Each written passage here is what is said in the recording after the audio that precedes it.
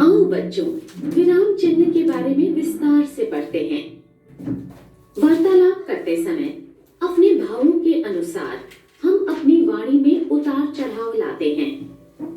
कभी हम अपनी बात को स्पष्ट करने के लिए कुछ देर रुकते हैं, फिर अगला वाक्य बोलते हैं। लिखते समय इसे दर्शाने के लिए कुछ चिन्हों का प्रयोग करते हैं, जिन्हें विराम चिन्ह कहते हैं। विराम चिन्ह का अर्थ है वे संकेत चिन्ह जो हमें बताते हैं कि किसी गद्यांश या पद्यांश को पढ़ते समय हमें कहां और कितनी देर रुकना है। आओ बच्चों, प्रमुख विराम चिन्हों के बारे में विस्तार से पढ़ते हैं। क पूर्ण विराम।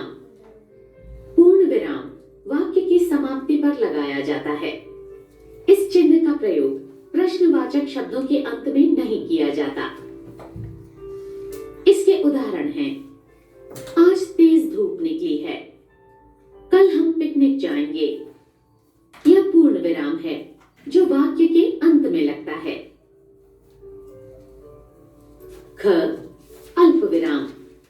इसका अल्प विराम का प्रयोग साथ डेफिनेशन भी याद रखते जाओ। क्या बोल रहा है? पूर्ण विराम कहाँ पे लगेगा? पूर्ण विराम जैसे किसी वाक्य के अंत में। हाँ, वाक्य कंप्लीट होने के बाद, जैसे मैं पढ़ूंगा या मैं पढ़ती हूँ, मैं लिखूंगा, मैं लिखती हूँ, ठीक है, ये सब जो वाक्य कर रहे हो उसके बाद फिर आप यूज करो। ये ध्यान से देखो। निम्नलिखित स्थानों पर किया जाता है अल्प विराम जहाँ थोड़ी देर रुकना हो, एक ही प्रकार के शब्दों को अलग करने के लिए। इसका उदाहरण है, मुझे केला, संतरा, आम सभी फल पसंद हैं। देखो क्या बोला है कि इसका यूज कहाँ पे होगा? अल्प विराम का। एक ही जैसे शब्द होंगे उनको अलग करने के लिए, ठीक है। जैसे अब ये सभी क्या है? फल के नाम है, फल के नाम है। केला, संतरा, आम सभी फल है, पसंद है, ठीक है। तो देखो केला, संतरा, आम ये सभी को क्या करना है? अलग करने के लिए कॉमा लगा है ना। इसको एक तरीके से कॉमा कहते हैं इंग्लिश में, जिसको हिंदी में क्या बोलते हो? अल्प विराम। इसको क्या रखो? समुच्चय बोधक शब्दों से पहले तथा बाद में भी। इसका उदाहरण है, हम जल्दी घर आ जाते परंतु बस नहीं मिली। उद्धरण चिन्ह से पूर्व भी इसका प्रयोग किया जाता है। इसका उदाहरण है, पिता बोले, कल मुझे बाहर जाना है। उद्धरण चिन्ह जो क्या होते हैं? उद्धरण चिन्ह कितने प्रकार के भी पढ़े थे मैंने? एक हरा, दो टाइप्स के। इकहरा उद्धरण है, दोहरा उद्धरण चिन्ह, ठीक है। तो उद्धरण चिन्ह जब इकहरा बोलेगा तो क्या करोगे? Single inverted comma, single comma लगाओगे, ठीक है। और इसके बाद डबल जब बोलेगा तो क्या करोगे? अगर डबल बोलेंगे तो हम दोहरा। ये जैसे यहाँ पे लगा है ना ये चिन्ह, ठीक है। ये कौन सा है? इकहरा है कि दोहरा है? दोहरा है, ठीक है। तो इकहरा के लिए क्या करते हो? ऐसे कोई शब्द इस बीच में लिखते हो, दोहरा के लिए डबल इनवर्टेड कॉमा लगाते हो, क्लोज करते हो, ठीक है। ये हिंदी में क्या बोला जाएगा? दोहरा उद्धरण चिन्ह बोला जाएगा, ठीक है। तो उद्धरण चिन्ह के पहले भी क्या होगा? यूज होता है क्या? ये अल्प विराम। अल्प विराम कहाँ यूज होता है? अल्प विराम, हाँ, अल्प विराम यूज होता है अलग, हाँ, अलग अलग एक जैसे शब्दों को अलग करने के लिए। और दूसरा, समुच्चय बोधक शब्दों के पहले लगेगा, समुच्चय बोधक तथा बाद में भी लगता है। जैसे कि हम जल्दी घर क्या करेंगे? जाते हैं, परंतु बस नहीं मिली। परंतु अब यहाँ पे आ गया ना, ठीक है। तो कह रहे हैं ऐसे जब वाक्य आगे शब्द आएंगे, ठीक है, जैसे परंतु, किंतु, लेकिन, उसके पहले भी क्या होता है? क्योंकि, ये सभी क्या होते हैं? उसके पहले भी कॉमा लगता है। और तीसरा यूज क्या होता है? उद्धरण चिन्हों के पहले लगते हैं। जैसे कि चाहे वो डबल हो चाहे वो सिंगल हो, उनके पहले भी क्या होता है? कॉमा लगता है, ठीक है। ये कॉमा मतलब कि अल्प विराम क्या होता है? उसको क्या बोलते हैं? अल्प विराम चिन्ह।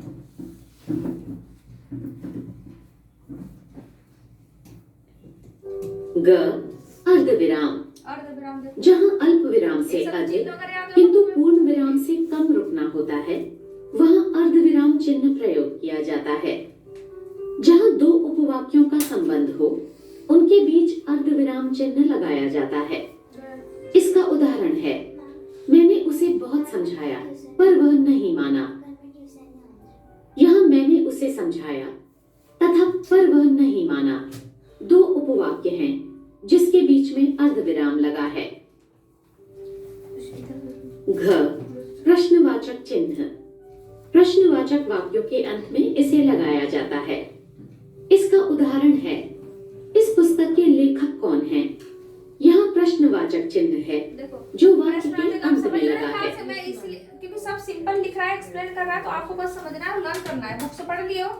इस पुस्तक के लेखक कौन है? अब क्वेश्चन पूछ दिया ना। क्वेश्चन जब करते हो तो वहाँ पे कौन सा चिन्ह लगता है? प्रश्नवाचक प्रश्नवाचक चिन्ह देखो ऐसे बनता है, याद रखना, ठीक है। और इसके बाद इस अब जैसे ये लिखा है, इस पुस्तक को कौन लिखा? कौन क्या है? ये कौन? लेखक। ये कौन मतलब क्या है? प्रश्नवाचक शब्द है। क्या ये? कौन प्रश्नवाचक शब्द है? कब लिखा, कब आएगा, कौन, कब, किसने कहा, ठीक है, कैसे, ये सभी शब्द क्या है? प्रश्नवाचक शब्द होते, नहीं चिन्ह नहीं होते, शब्द होते हैं। उन शब्दों के लिए जब ये शब्द वाक्य में यूज, इसका मतलब कि प्रश्न पूछे जा रहे हैं। समझ में आया? तब ये क्या किए जा रहे हैं? यूज किए जा रहे हैं। तो है तो यहाँ पे क्या लगाओगे? कौन है तो प्रश्नवाचक चिन्ह। अब एक और प्रश्नवाचक वाक्य बनाओ।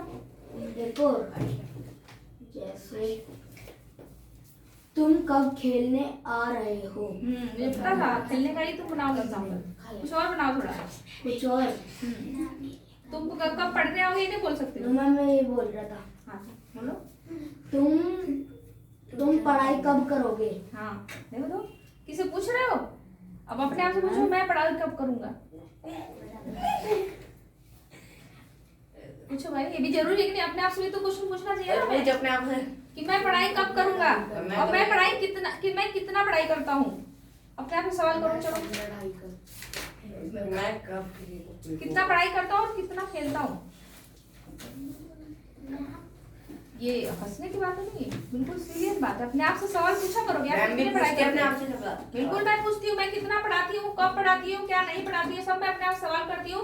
तभी चीजें मैं आगे बढ़ती हूँ कि हाँ मैं मुझे ये कराना है, तो उसको मैं लिए मैं तैयार रहती हूँ। तो आप लोग को भी पूछना चाहिए अपने आप से सवाल, आप स्टूडेंट हो तो। सबको अपने प्लान बनाता है तो सबको अपने आप से सवाल पूछता है कि भाई हमें आगे फिर क्या करना, हमारे क्या प्लानिंग है। तो क्वेश्चन तो आप अपने आप से भी करोगे ना, ठीक है। चलो आगे जल्दी से लर्न करो। और अंग योजक चिन्ह। इस चिन्ह का प्रयोग समानार्थी तथा विपरीतार्थी शब्द युग्मों के बीच द्वंद्व तथा तत्पुरुष समास में होता है।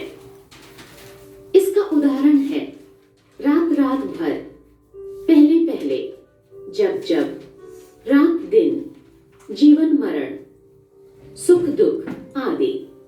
यह योजक चिन्ह समानार्थी शब्दों तथा विपरीतार्थी शब्दों के बीच लगा है।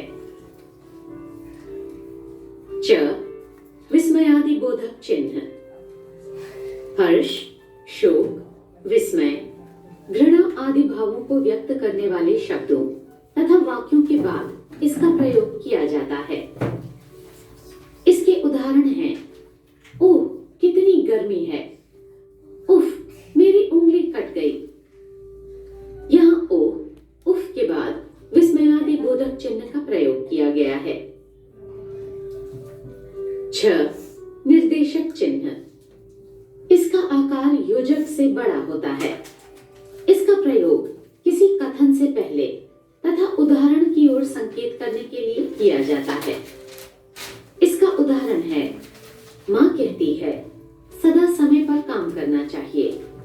यहाँ सदा समय पर काम करना चाहिए एक कथन है जिसके पहले निर्देशक चिन्ह लगाया गया है। ज आत्मा है विवरण चिन्ह। जब किसी बात का उदाहरण या उत्तर अगली पंक्ति में देना हो तो विवरण चिन्ह लगाया जाता है। इसका उदाहरण है, संज्ञा के 3 भेद होते हैं, व्यक्तिवाचक संज्ञा, जातिवाचक संज्ञा, भाववाचक संज्ञा।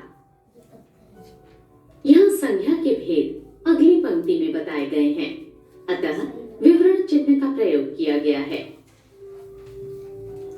झ उद्धरण चिन्ह। किसी के कथन को उसके मूल रूप में उद्धृत करने के लिए दोहरे उद्धरण चिन्ह का प्रयोग करते हैं। इसका उदाहरण है, अंग्रेजों भारत छोड़ो, महात्मा गांधी।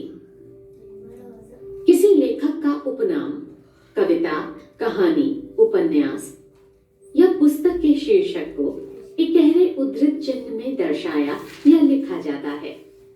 हम पंछी उन्मुक्त गगन के कविता के कवि शिव मंगल सिंह सुमन हैं। ट कोष्ठक चिन्ह। इसका प्रयोग वाक्य में प्रयुक्त शब्द का अर्थ स्पष्ट करने के लिए किया जाता है। इसका उदाहरण है, नाटक के पात्रों के भावों को प्रकट करने के लिए राजा ने क्रोध से कहा, अपराध